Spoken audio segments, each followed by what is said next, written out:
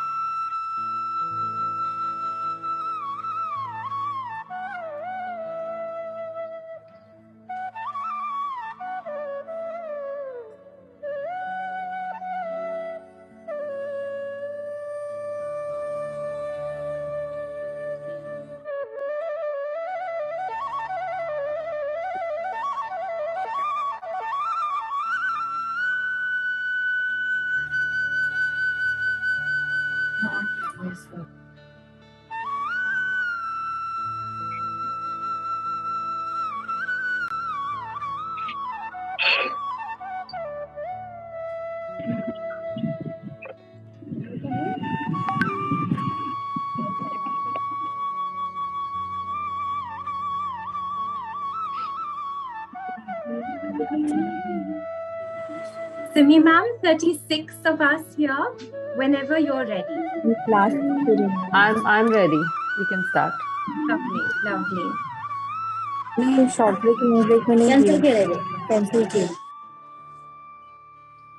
Namaste, everyone. A very good morning to you all. Mentabulous welcomes you all to Transformative Tuesdays. Noted author Daniel Goleman said, if your emotional abilities aren't in hand, if you don't have self-awareness, if you can't manage distressing emotions, if you can't have empathy in relationships, then no matter how smart you are, you can't get very far. Considering we experience wave upon wave of emotions every day, the real choice on which ones to surf and how it is that Recording in progress. If you need to ask a question or clarification, that's why we're here. So let it not be just a one-way lecture. All right. That, we have emotions that just show up, Anxiety, anxiety, fear, right? I think there's just sudden panic and heart starts beating and thumping loudly. The emotion just overpass, right? We don't think about it. When emotions take over, there is no thinking about the emotion. It just, it's so automatic, right? That the fear grips us, the heart starts pounding, and we're just imagining the worst. Think of different situations. When you hear your best friend sharing your secret with someone else and you get to know about it, how do we feel? betrayed, Okay. And how do you feel when betrayed? disappointed, Disappointed, resentment, Angry, angry, and somewhat sad, sad, restless, stressed, resentment, okay, resentful, yes, a little bit hurt, yeah, okay. And similarly, I'm sure all of us have experienced, those who drive, when the car in front of us is driving too slowly, right? Is not giving you the way. How do you feel? What happens suddenly? Frustration, irritated, irritation, yeah, anger, verbal abuse, absolutely. The abuse coming out of frustration. anger, correct. Or if you're watching something and your spouse comes and switches off to a cricket match or something, and what happens to you then? outburst, Outburst, Annoyed, right? an Very argument. annoyed. Yeah, complete anger, right? Uh, or you see the guests at home. Oh, nothing happens, right? No emotion show up because we are pretty used to it now, is it? Or we've accepted this. It's okay. They will play games. generally an outburst. An outburst, right? So we again Maybe feel anger. I will doubt my parenting. You will doubt your parenting. So you might get into guilt. Oh my Yeah. God, have I done such a terrible job? I Right? may That's an not emotion. have taught them that you have to help elders. Absolutely. And interesting to see that same trigger can lead to different emotions in different people. Someone's beginning to feel guilty and someone's feeling, very angry, and someone could just be ignoring it and having no reaction to, what's going on. Yeah, that's something we must keep in mind. Okay. So basically, what are these feelings and emotions that are just showing up every now and then, uninvited, just like an automatic response machinery, right? That something happens and there's this automatic reaction that we all experience. Okay. It's a component of everything we experience in human life. You agree? Man cannot be without emotions, and emotions are just showing up all the time. So then what is the problem? The only problem is when emotions take over you, right? And when emotions take over you, then a lot of different things can happen, right? This is from Othello, the very classic Shakespeare, drama, where this man, just because he suspects that his wife has cheated on him, he kills her, only to realize later that it was just a misunderstanding. That wasn't true. But the emotion took over. The minute he got the news, hurt, betrayal, rage, anger, everything took over. And before you realize, he had already killed his wife. And we may not be killing people physically, but we also, get swarmed by the emotions, end up killing people with our words. Yeah. End up killing people with our looks, with the way we act and behave with them, right? And that's the tricky part of emotions, is that yes, emotions are always there. They're a part of everything we experience. And that's fine. I mean, we're supposed to have emotions. Imagine a life without emotions. You know, nothing will give us joy, nothing will make us sad, nothing will be a challenge, and you know, life just becomes, it's like a dish without spice, you know. It's pointless. But what is very concerning is that if you have too much spice in the dish, it can be dangerous, right? Causes you problems. So how do we learn to manage? Now, this is that classic scene from Three Idiots. You remember what happened? You know, how this guy listens to what his professor had to say, and he straight off jumps, right? And we hear of this very, very often. What is happening here? The emotion is taking over, right? So emotions are a great tool as long as we know how to manage them. If we don't know how to manage them, and if they you know, take over, they could begin to, just like we spoke about mind yesterday. If mind learns to control us, it's a bad master, but a great servant. If we can control it, it's a great servant, right? Same thing with emotions. That if emotions take over, it's like the wave. When you're surfing the waves, okay, if the waves become too big and there's a tsunami, then that's the end, right? But if you can learn how to ride over those waves and surf those waves, then it's a sport. Okay, it's interesting. The picture of this car is basically to say that, you know, all our other faculties, we can be the most smart individual, very well informed, very highly qualified. We can be a 98%er. We can be a high achiever. Just like, you know, you can have a Ferrari car with the best engine in the world, you know, and the highest technology. But if it doesn't have wheels, will you buy it? Will you buy it? No, right? Why? Because it's pointless. What do you do with the engine if it doesn't have the wheels, right? The wheels are the emotional intelligence. Okay. If the engine is our intellectual quotient, our you know, our cognitive abilities, then it's the wheels that is our emotional intelligence, and it is so critical in you know, ensuring happiness and fulfilling and meaningful and successful life.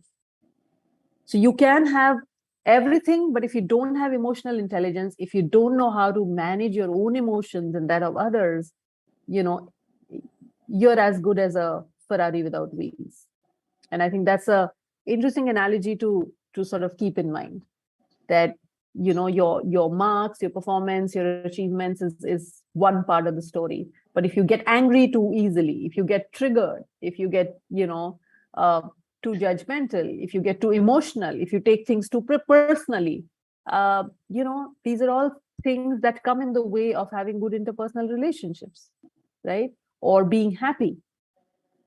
And that's where, you know, you might have all the cognitive abilities, but may do miserably in life, or maybe still miserable in life, right? Do you agree? Okay. So yeah, just like I said, emotions are like waves, right?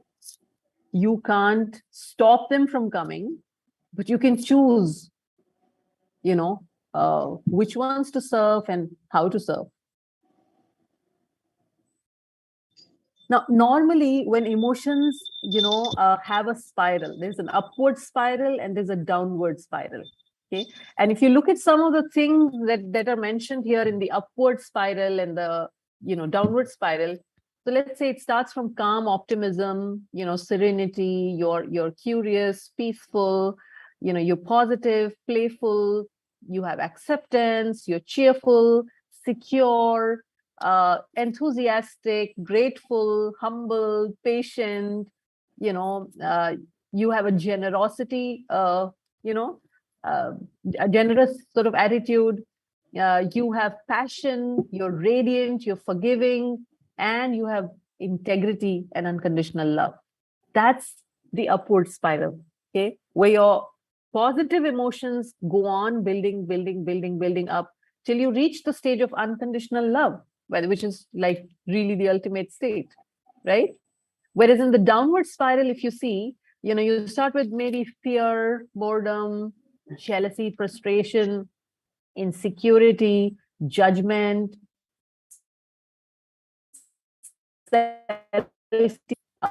anger, revenge, failure, hatred, doubt, depression, rejection, impatience, worry, depression, negative self-talk. मुझसे नहीं होगा, मुझे नहीं आता, मेरे साथ हमेशा ऐसे होता है, feeling of worthlessness, low self-esteem, victim attitude, bitterness, unworthiness, shame, guilt. We spoke about guilt, and no will to live, and that's it. Let me die. Right? When you look at these two spirals, where do you think we usually exist most of the time? We oscillate between the two. But where do we mostly exist? Instinctively, where do we go? Descending spiral. Descending spiral, right? Yes. And why does that happen? Why do we just like to just go down, down, down, down, down so naturally? Simple answer, because of gravity. The nature of mind is negative, right? If you leave the mind to do nothing, if you don't no work on your mind, it'll naturally be negative, right? Like, for example, when a child says, "Mom, can I go out and play in the other building?" The first thought you have is, be careful, but there's a road, cross it, carefully, and don't do this and don't do that. And you have all the negative thoughts that first will occupy your mind, right? So the analogy I always give is that if you keep a garden that you have, okay, and you do not much work on that garden, what happens to the garden? It'll wither. Sorry? Dry off. It'll dry off. But, just leave it long enough. Do nothing about it. You'll see just some it just keep grows growing weeds. wildly. Yeah, the grasses will keep growing. Correct. The weeds will grow. The weeds will grow, right? Those jungly ghas, the weeds will grow. है ना? Jungly ghas अपने आप आती है. Did you go and sow some seeds? Did you invite the grass to come? Did you do any mehnat? Did you water the grass? Nothing. You just leave the patch and the green weeds will grow. They will flourish. ऊंचे ऊंचे पौधे आ जाते हैं Hare Hare, right? Uninvited. But if you want to now plant a nice flower garden there, what do you have to do? A lot of efforts. Lot of efforts. Right? The first thing you have to do is pull out the weeds. And after pulling out the weeds, you'll probably upturn the soil. You'll add seeds at the right places. You'll water it. You'll water it not just 1 day, 2 days. Every day you will water it. You'll water it for a month. Fertilizers. You will give it proper fertilizers and nutrition. And after a month, itna sa chota sa little plant might come. Right? And then you have to still patiently give more water, keep on watering, keep on watering. Maybe after months and months and months of labor, a few years later, you have a flower garden the way you wanted it. That's the amount of effort, consistent effort we have to put in if we want the garden to bloom. Okay. Same thing with our mind.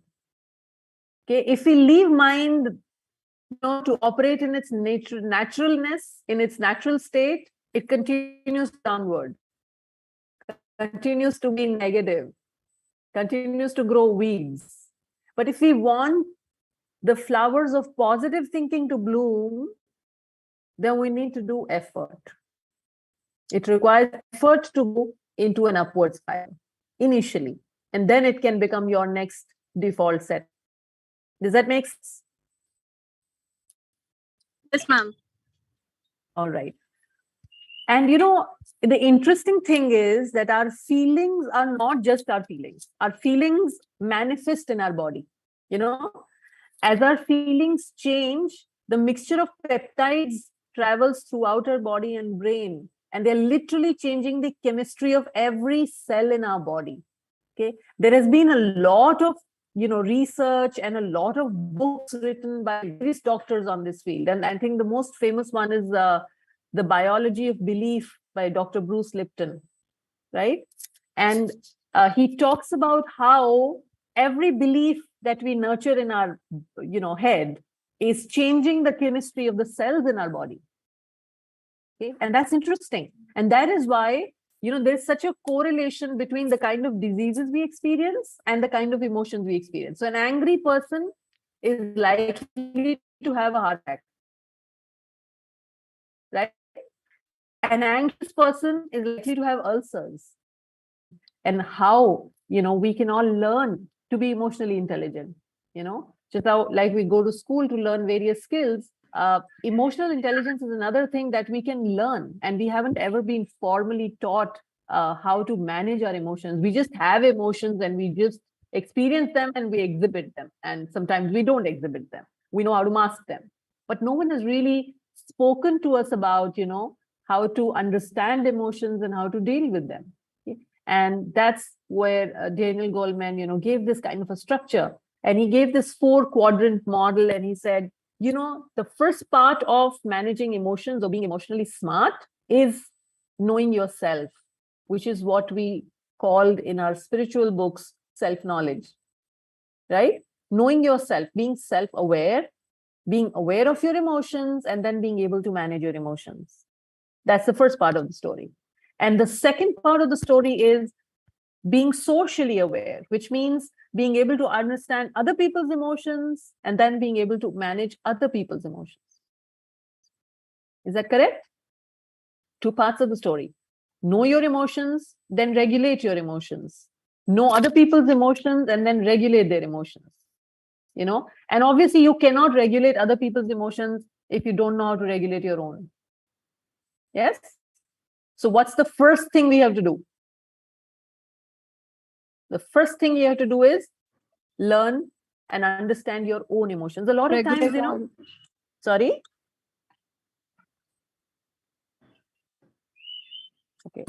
The first thing we have to do is understand our own emotions. A lot of times we don't even know how to label our emotions. We just have like a cloud of emotions and we don't even know कि उसका नाम क्या है. But ऐसा मतलब मुझे अच्छा नहीं लग रहा है बस. Now अच्छा नहीं लग रहा is not an emotion, right? But we have to be able to say what is our exactly, what am I feeling really? Am I feeling disappointed? Am I feeling hurt? Am I feeling unheard? Am I feeling unappreciated? What am I feeling? And a lot of times इतना नहीं सोचा हमने यार, इतना नहीं पता अपने emotions के बारे में. We're just feeling something. Okay, feeling good about something, feeling bad about something. That's all that we know.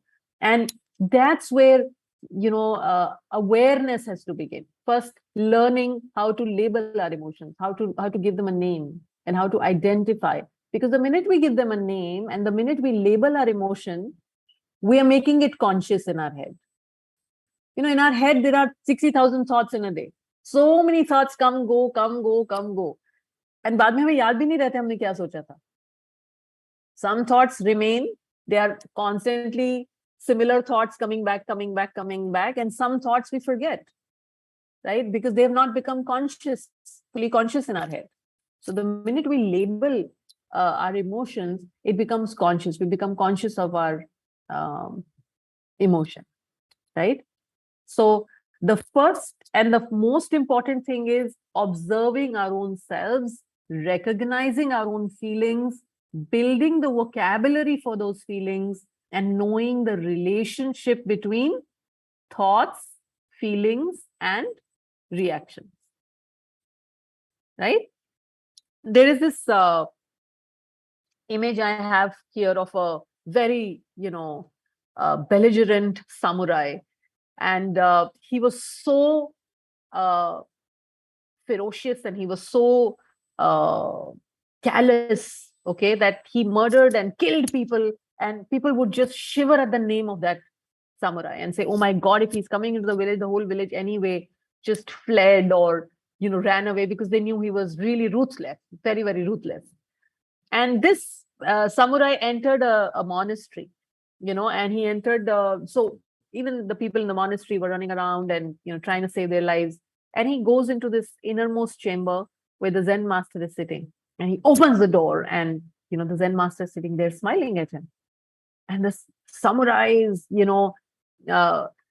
completely like, angry, and he looks at him and he says, aren't you scared of me? You know, and he says, I don't think you realize that I can take the sword and take it right through you and not blink an eyelid. And the Zen master smiles at him and says, really? Maybe you don't know that you can take this sword and take it right through me and I will not blink an eyelid. Okay. And when samurai hears that, he's shocked, he's appalled, because he has never come across a man who was not scared of him. Right? The normal, usual response and reaction of people used to be, panic, fear. Right? And here was a Zen master sitting there smiling at him and saying, okay, you want to take the sword through me? Take it through me. I will not blink an eyelid.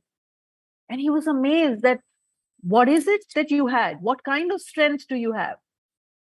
What are you made of?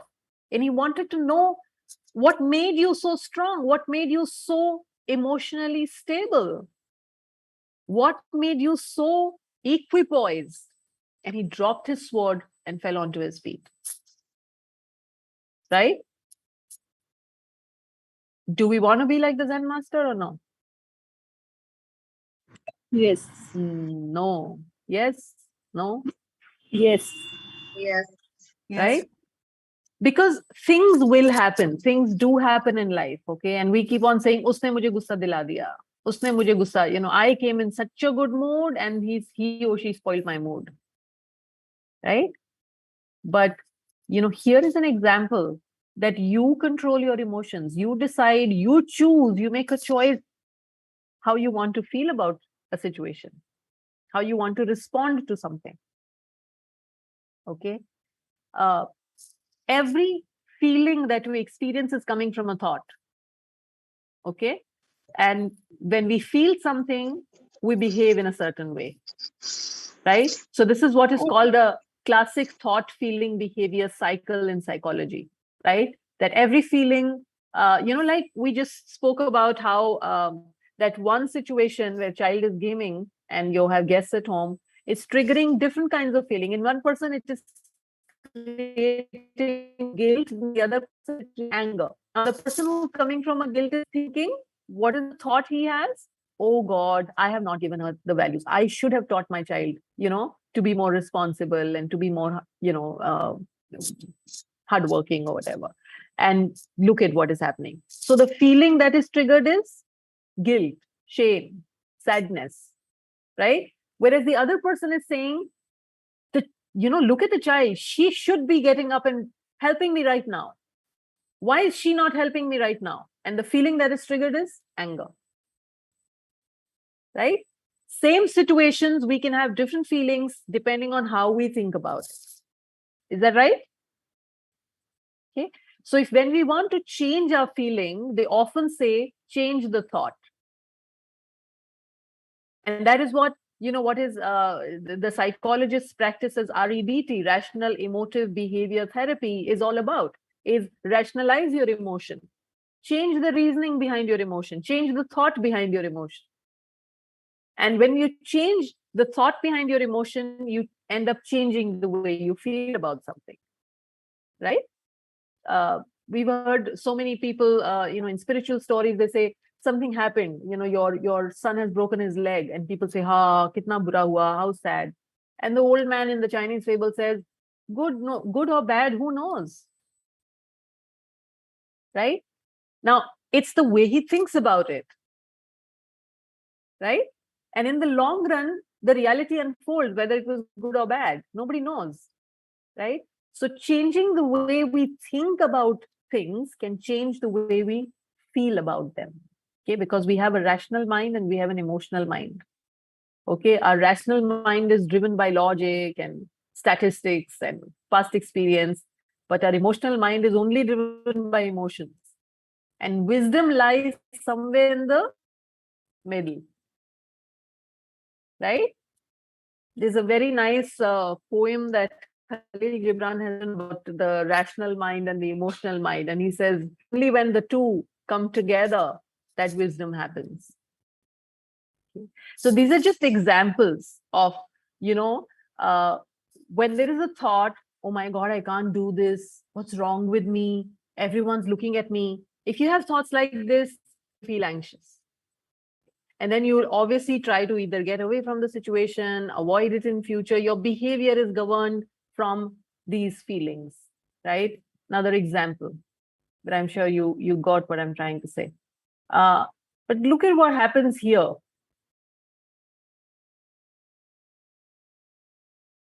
रुक जा, दिखता नहीं गीला है, एक जाएगी तो अभी दूसरी आएगी। 25 टाइम झाड़ू मारो तो भी कम है। हम इंसान है कि मशीन? कितना टाइम चलेगा? मैं मरता रहूंगा दिन भर, झाड़ू मारता रहूंगा। सब यहीं से जाएंगे, दूसरी जगह से नहीं जा सकते। अरे उधर मत चलो, अभी साफ किया है। सॉरी। क्या सॉरी? तुम तो सॉरी बोल के निकल जाएगा। सबका क्रिकेट अपन को सुनना पड़ेगा। सुनेगा? 20 साल से तो सुनता आया है। काका, नाम क्या है तुम्हारा? क्यों? कंप्लेन करने का है? मकसूद नाम है मेरा, जाओ करो। नहीं, कंप्लेन नहीं करने का है, थैंक यू बोलने का है। सच्ची।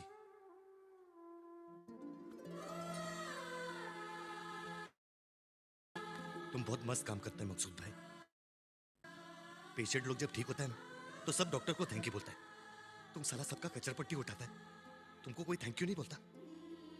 मेरे को तुमको थैंक यू बोलने का मकसूद है। Thank you.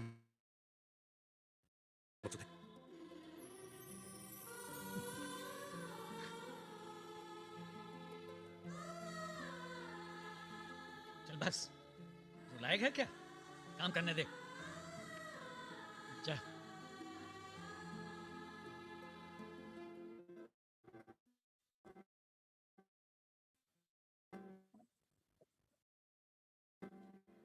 सॉरी।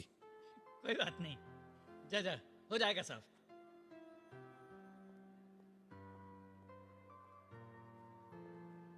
चिंकी को बोलना Okay. अपने बाप को एक जादू So की what did we चुटकी just see? मस्के की तरह पिघल जाएगा।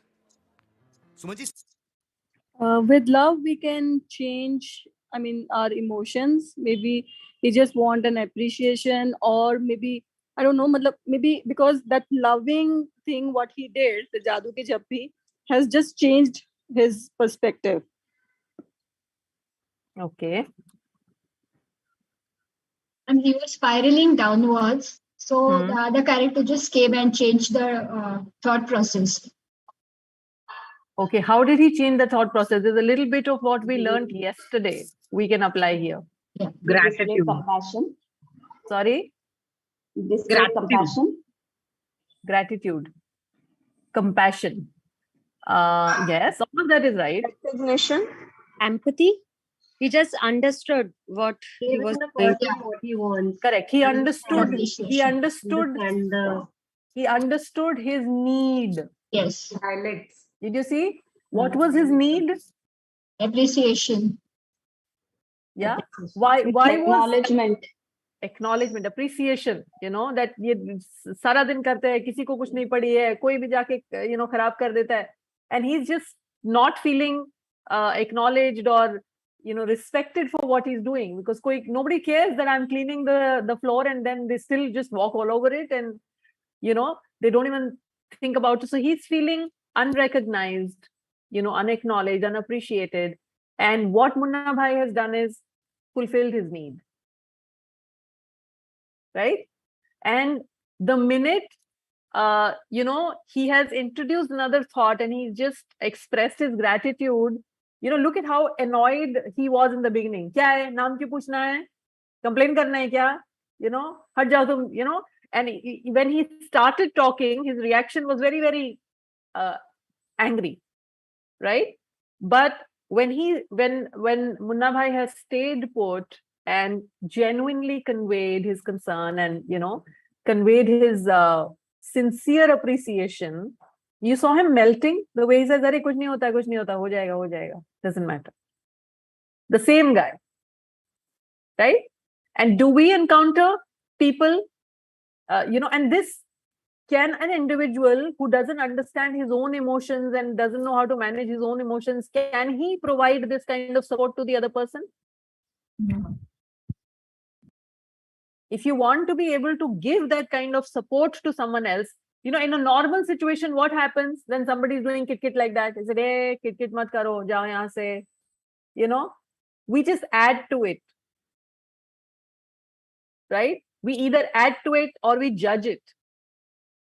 Right? We'll say, दिमाग खराब है इसका, देखो जब चिल्लाता रहता है, look at him. और मैम we will say कि ये तो तुम्हारा काम है.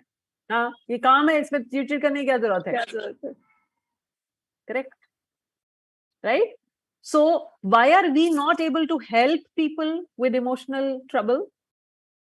Is because we ourselves are not sorted, right? We are not at a place where we are emotionally stable, where we are emotionally calm and contained. Does that make sense? Right? So for us to be able to provide that kind of love and that kind of support and be able to, you know, peacefully, like Munaba was standing there, he watched him, he understood, oh, poor man, he's feeling bad. So he saw beyond his behavior. He saw beyond his behavior and he looked into what's going on in his mind. What is he thinking? What does he need? And he understood what does he need and he went ahead and gave it to him with all sincerity, without getting his own emotion entangled. Apna beech mein emotion nahi laya wo. Right? You're getting my point? So that's when we can help other people escape, when we can keep our emotions at bay. So I think it's a wonderful example of, you know, once you are self-aware, then how you can help others, how you can help others regulate their emotions and change the course of their emotions. Right? And this can happen in our workplace and in our homes and relationships and friendships everywhere. Correct? Okay, let me go back.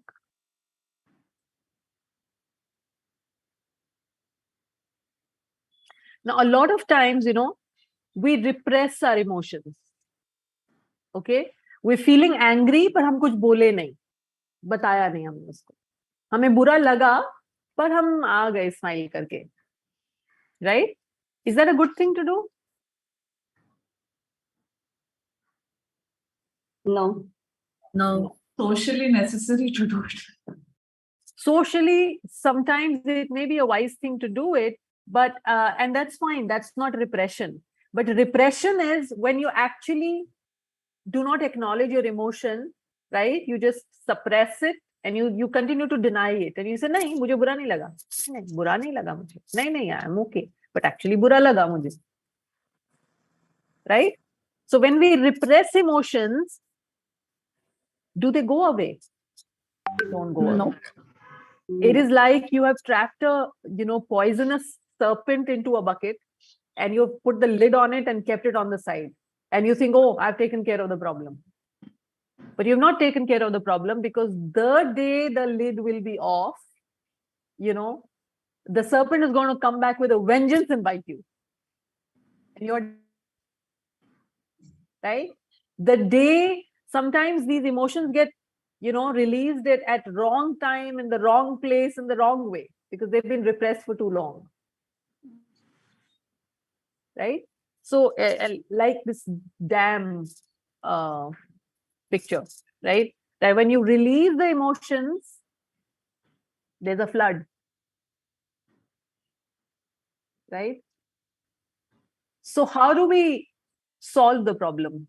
How do we make sure that if we are not supposed to express emotions, not supposed to repress emotions, how do we solve this problem of managing emotions?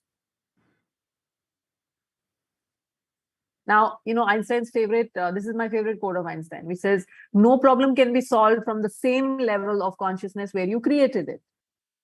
Right? And where are these emotions being created? We just saw the rational mind and the emotional mind, right?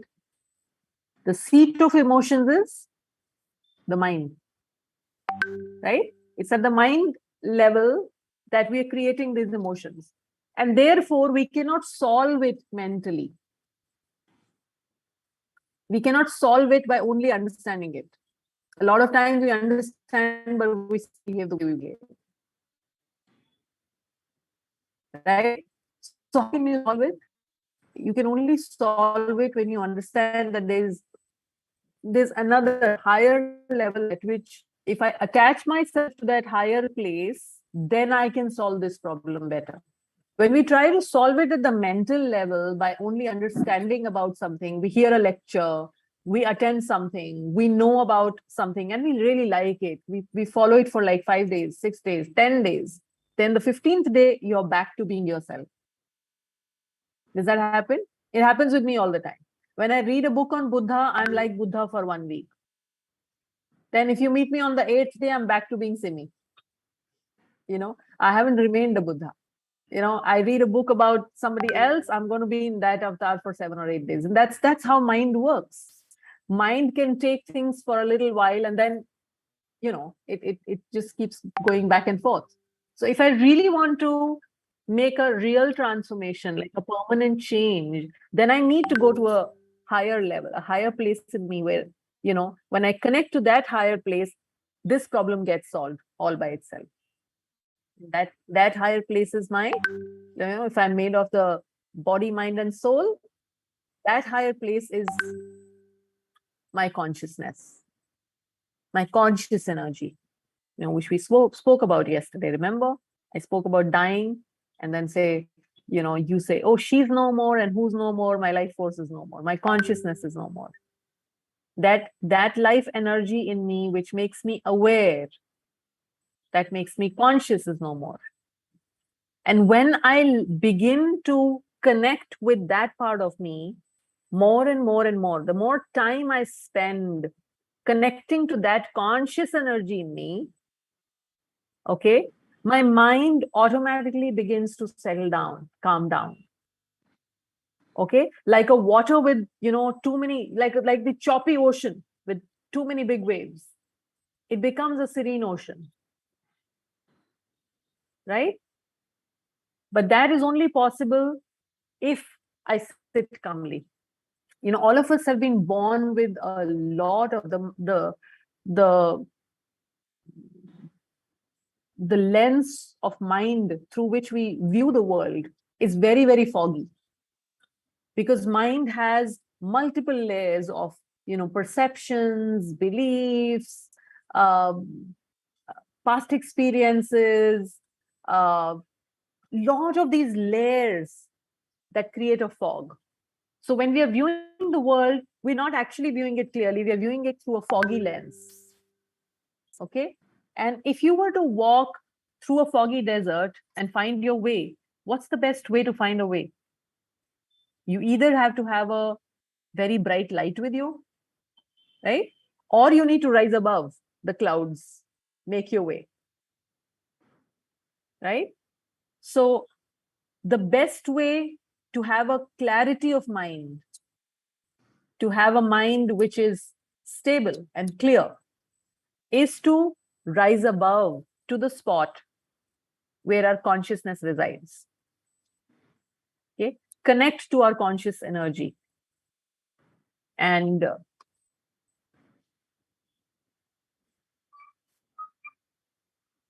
we know the hindrance and the problem on the way is, we are coming back to the same story, guys, like yesterday. What is the hindrance along the way? We are not understanding. Who's not our understanding? own emotions. Acha, मुझे लगा you're not understanding. No, we're not able to understand our own emotions. Okay. No. So what is not letting you do that work is your ego. Because ego is impulsive, reactive, automatic. Right? The minute something happens, there is an automatic impulsive reaction, and you, like we spoke yesterday, you've already done the damage. You've already said it. You've already done it.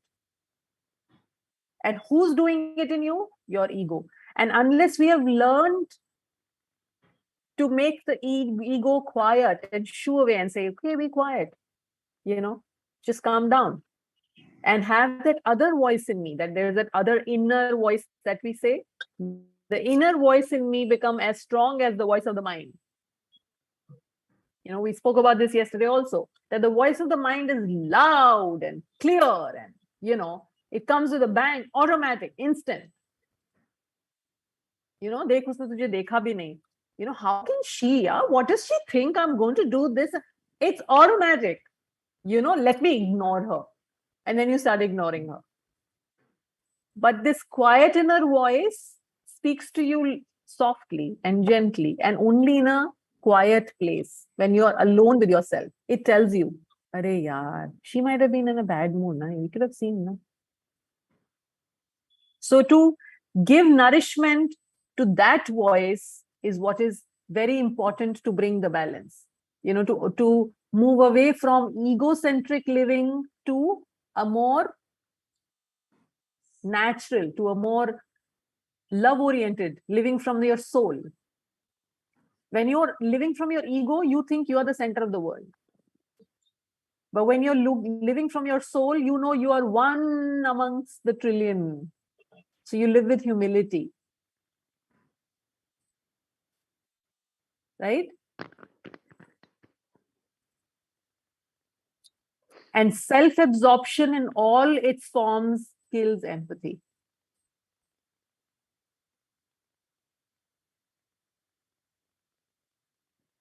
Ego seeks to serve itself, soul seeks to serve others.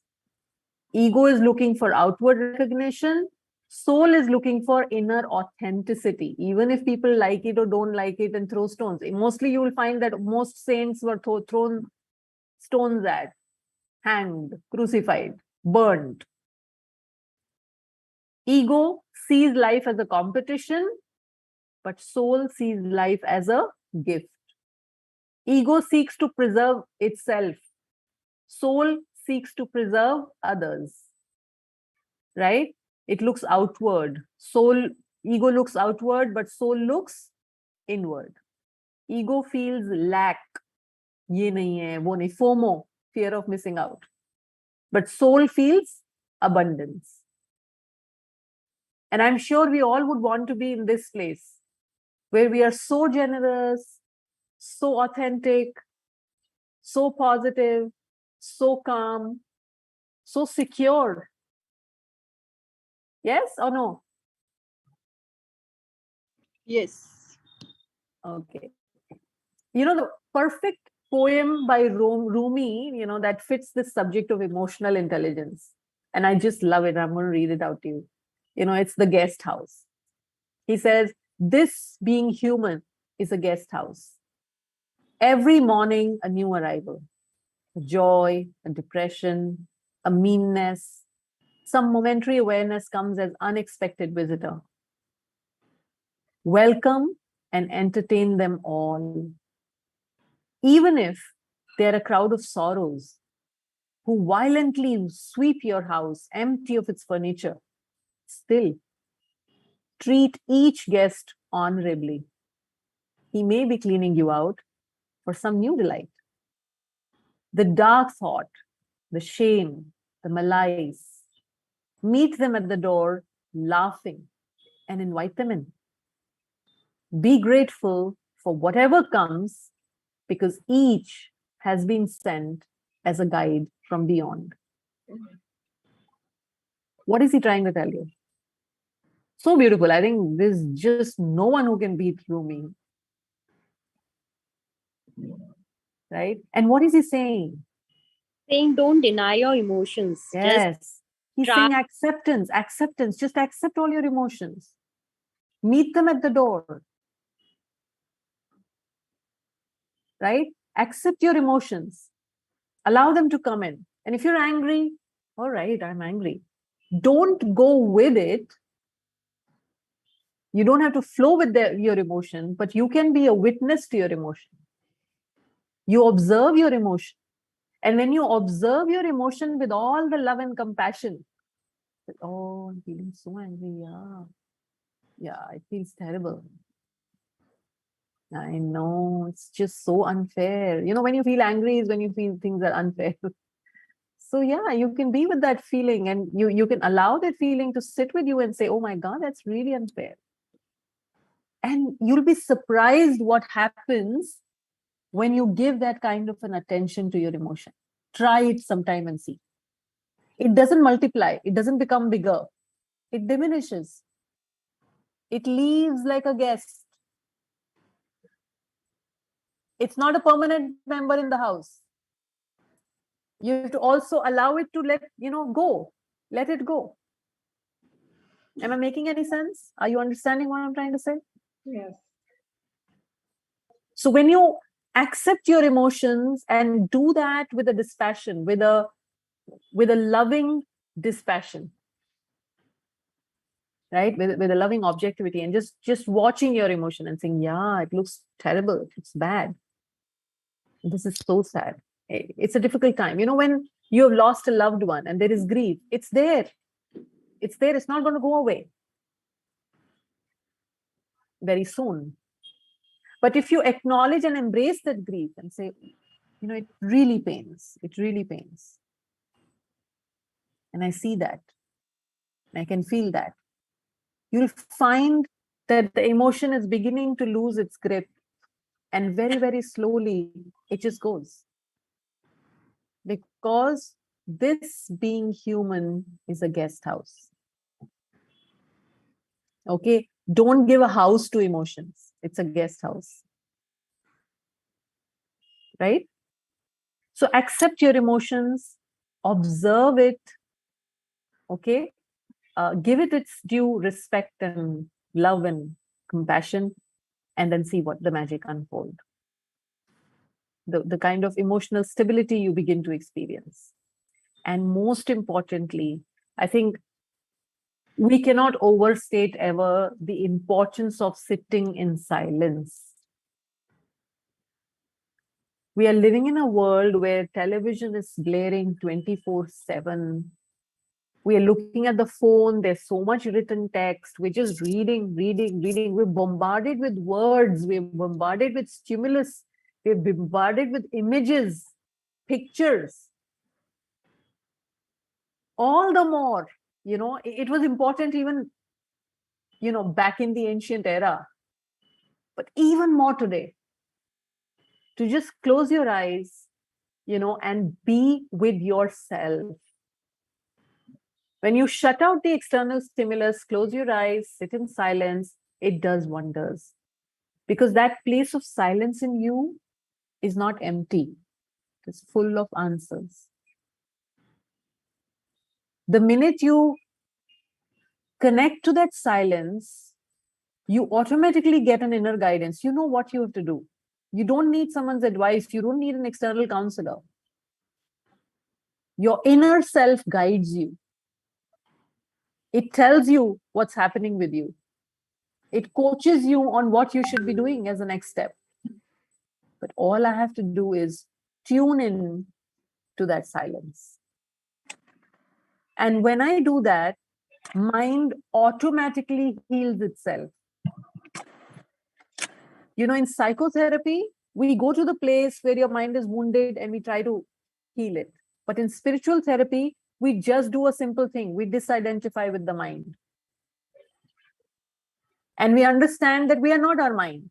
Mind can be wounded, it can be hurt, it can be unhealed, it can be where it is, but we just have to disidentify with it and identify ourselves to our consciousness, to that part of me which is my authentic self, my real self, the real part of, that part of me with which I was born, the innocent, smiling, laughing, kicking me, ready to embrace all experiences. So let's close our eyes gently.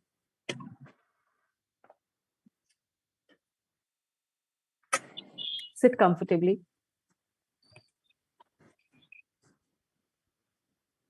Just relax your body completely. Your shoulders, your forehead. Wear a little smile on your face. Because this moment is perfect, isn't it? Close your eyes gently, like you close them when you go to sleep. Keep your eyeballs straight. Gazing in front. And focusing at the midpoint of whatever you see in front of you.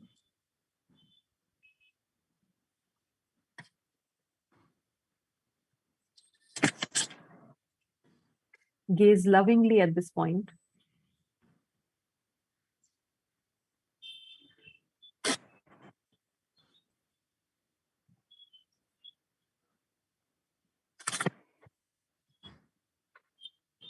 Varsha, please mute yourself.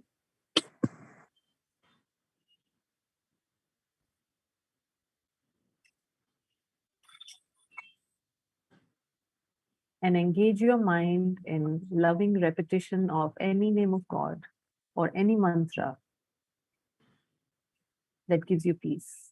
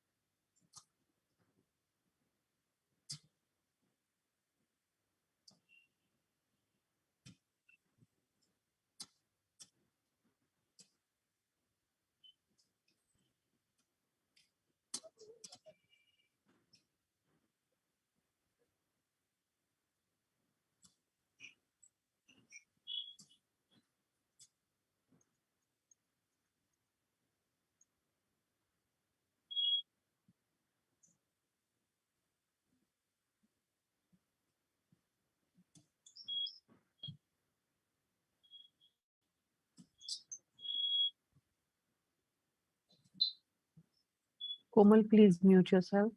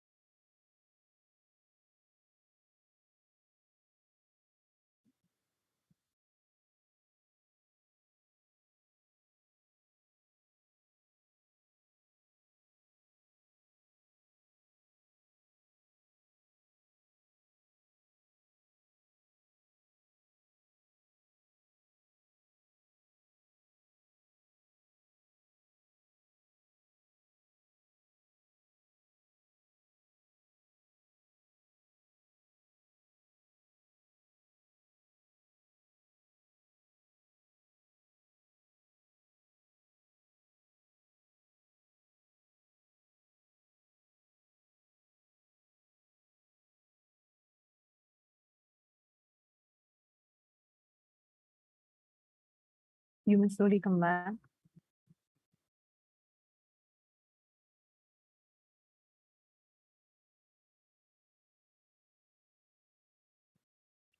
Were you able to meditate? Partially, ma'am. Partially, okay. And what was going on? How did it make you feel? Very calm. Correct. Very Is calm. that what we want, right? To manage our emotions, we need, the first thing we need is calmness. And it's not anything we have to go and buy from anywhere. You know, it's not something that you get on the top of a mountain. It's something that you just get when you close your eyes and sit in silence. All you need is a me time.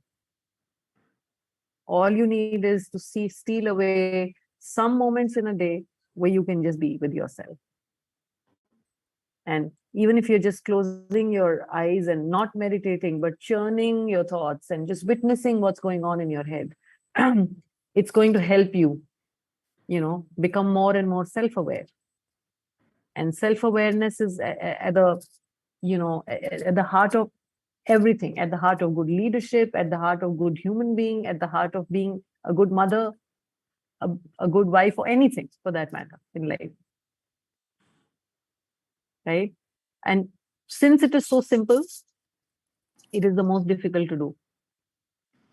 If I told you that, we could get this if we all go for a trip to Himalayas and spend 20 days in a cave, you'll all say, yeah, let's go.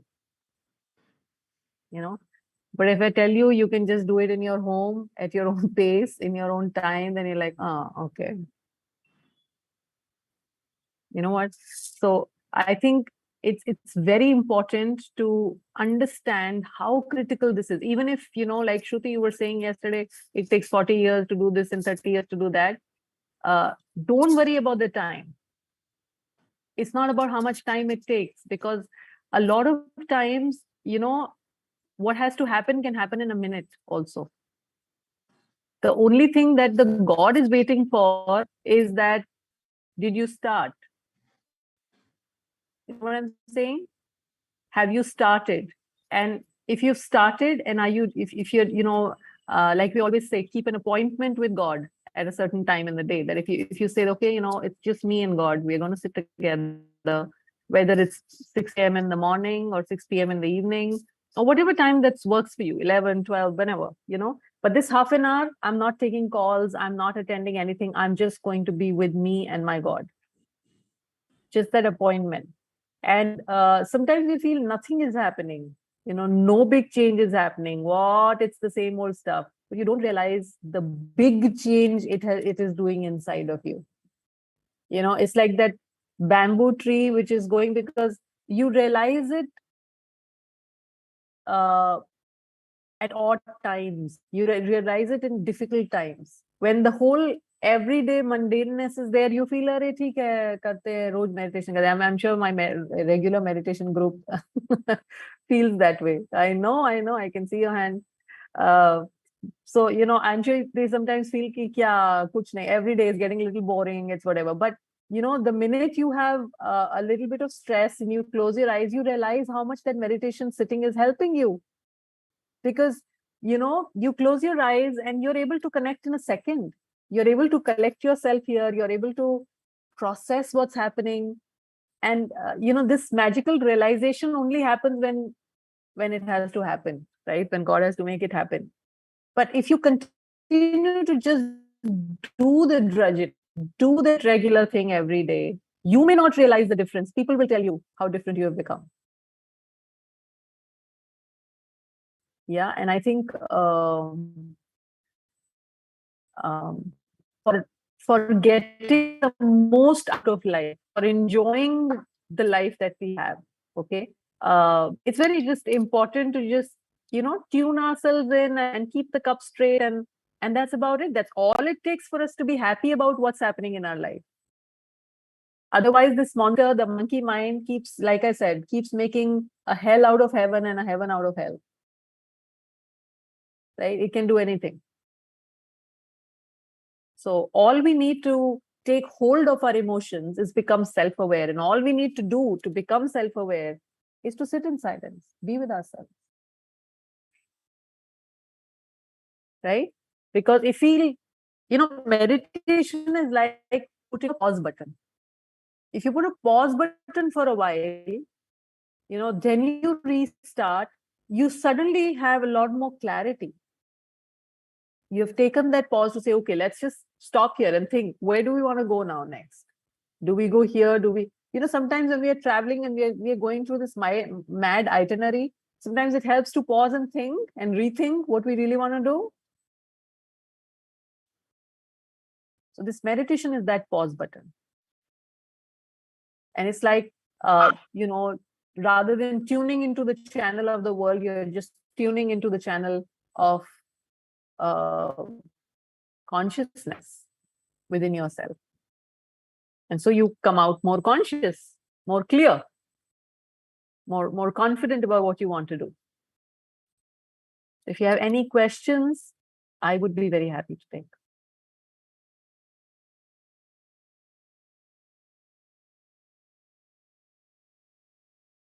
Our biggest question bank has ceased to churn out questions.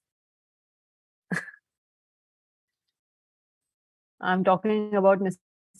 Thakur. Vishal has got the answers now. Yeah. But then I was a slow learner. After weak student, it took me 2 to 3 years. Yeah, but finally you have no questions. But you let it flow, Vishal. When you used to ask questions, probably all of us had those, but we didn't have proper words to frame those. So. Yeah. No, but it's a good state to be in with no questions. All right. Anybody else has any questions? Everyone's understood everything. Lovely. Brilliant What audience. happens is that, like you said, for 1 week, everything is very calm. You're not overwhelmed. You're aware of your own emotions. You're aware of, you're empathizing with everybody around you. But the ego or whatever that trigger is, after that, it feels like I'm empathizing with everybody. I am looking at it from everybody's viewpoint. I'm giving the support, but like मैं पोछा लगा रही हूँ like that guy and nobody is giving it back. So eventually it takes maybe a week, it takes some time, but after that whole period of calm, suddenly you feel like this happens also, I'm Ruchi. doing it, but nobody else is doing it. I mean, I agree. nobody's seeing me do it. At least say, okay, yes, you're seeing me do it. Yeah. Eventually that thing does come back. It takes maybe yeah. There are some few calm days, but then you feel, nobody's Yeah, noticing. we don't have Munna Wise in our life every day. No, but number one thing is, Ruchi, that we are not doing it for acknowledgement. So that, once you tell yourself that, listen, I am doing it irrespective of others, like I yesterday said, it's not for them. It's between you and him. It's not between you and them. That thought lasts, that's what I'm saying. For this 1 week or for 10 days, I'm doing it because I feel good, helping somebody, and they are calmer because I spoke to them or I listened to them. I just sat with them. It feels good. But eventually, I won't say the dam bursts, but at some point you feel unappreciated or something. Like I am speaking everybody's dialect of love. So which means that still I have a hunger left in me. I have that hunger or need left in me for acknowledgement, for appreciation. The ego is still correct. Calms down for a while, but then I think you need to talk to yourself, and fulfill that need for yourself and say, okay, why do I have this need for appreciation right now? Because they say neki kar darya mein dal.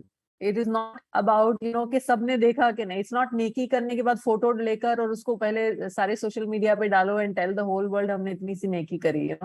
So the real essence of doing good is to just do it for the sake of doing it, not because someone else has to notice it, appreciate it, acknowledge it. उसके लिए किया तो फिर आपने business किया. आपने you have not done a genuine sort of a. You have not authentically done it. You have done it with a certain agenda behind. You know what I'm saying? So you have to work on that need that you still have within you to be acknowledged and appreciated. That's one part of the story. The other part of the story is that sometimes when we are doing things, we are denying our own needs and our own feelings. We shouldn't do that as well. So supposing we are telling this other person, you're doing things for the other person, it is important to also tell them very peacefully, very gently, without getting emotional. The problem with us is that if we start speaking about our emotions, we get very emotional, we get choked, and we almost feel that ये तो इनको समझना चाहिए ना, ये बोलने की क्या बात है? Like this isn't it understood? इतना तो इनको भी समझ में आना चाहिए. So we get very, very emotional about talking about our needs that we have from people. But it's important to tell them that, guys, I've really been doing this, but I would appreciate agar, if you can also sometimes get up and do this. I sometimes feel very alone in doing this. And state your emotion without getting, emotional about it, you know. But share your need if you have, you know, something where, because आपके दिमाग में ख्याल तो आ रहा है बार बार कि देखो मैंने फिर से प्लेट उठाई, ये दोनों बैठे थे, इन्होंने ये भी तो एक प्लेट उठा सकते थे, you know, इन्होंने ऑफर भी नहीं किया, इनफैक्ट तीसरी प्लेट भी मेरे हाथ में दे दी, ये भी रखाओ, जा ही रहे हो तो. So if that is hurting you, it's important to then communicate that to people without the emotional drama. You know what I'm saying? It's important to share your need also with people. You know, because then the emotion is being triggered in you and you're repressing it. Therefore, it is coming out after a week, 10 days, and you're saying, "Jaan do, mujhe karna hi nahi." You know, मैं plate उठाऊंगी तो तुम सारी plate मुझे दे दोगे. You know, shameless people. I will not do it. So that's because you're repressing it. So express it, but express it, you know, in a nice way at the right time. Just let them know. I just wanted to let you know. You know what? I'm happy picking up the plates, and it doesn't matter. But I just wanted to let you know that I noticed that none of you helped me, and I noticed that, you know, that sometimes just hurts me. That's it. Just say that and see what happens. Ma'am, I wanted to say that, you know, I've been, I used to come for me time sessions earlier. After COVID, I have not come, but that kind of set me off on this journey, and I've never looked back actually. And I would want to tell everyone who is wanting to start this that, you know, the self-awareness that has come has, I don't know what like everybody thinks or whether they see it or they don't, but for me, my life has changed from within. You know, my perspectives, the way I look at the world has changed so much. Like, you know, very close friends of mine, I have spoken to Ruchi, and she knows, like, I tell her about my journey and all. But really, it is, I myself cannot believe that there can be such a big shift in your perspective just by going within. And I would really want to tell everybody that, you know, if you want to really see a difference, go within. Like, that's the answer. Absolutely. That's it. Absolutely. तपस्या जी, जो चाय मिलती थी हमें वहां पे ना, उसमें कुछ मैम कुछ ऐड करते थे उसमें. That was a magic potion. No. वो Avalon की चाय. No. Simi ma'am की But special see, चाय. it has retained online, so it was not the chai. It is going within. Yeah. All right. I don't see any questions coming. So lovely to meet all of you again after a long time. I wish we had done this face to face, but we can do it another time.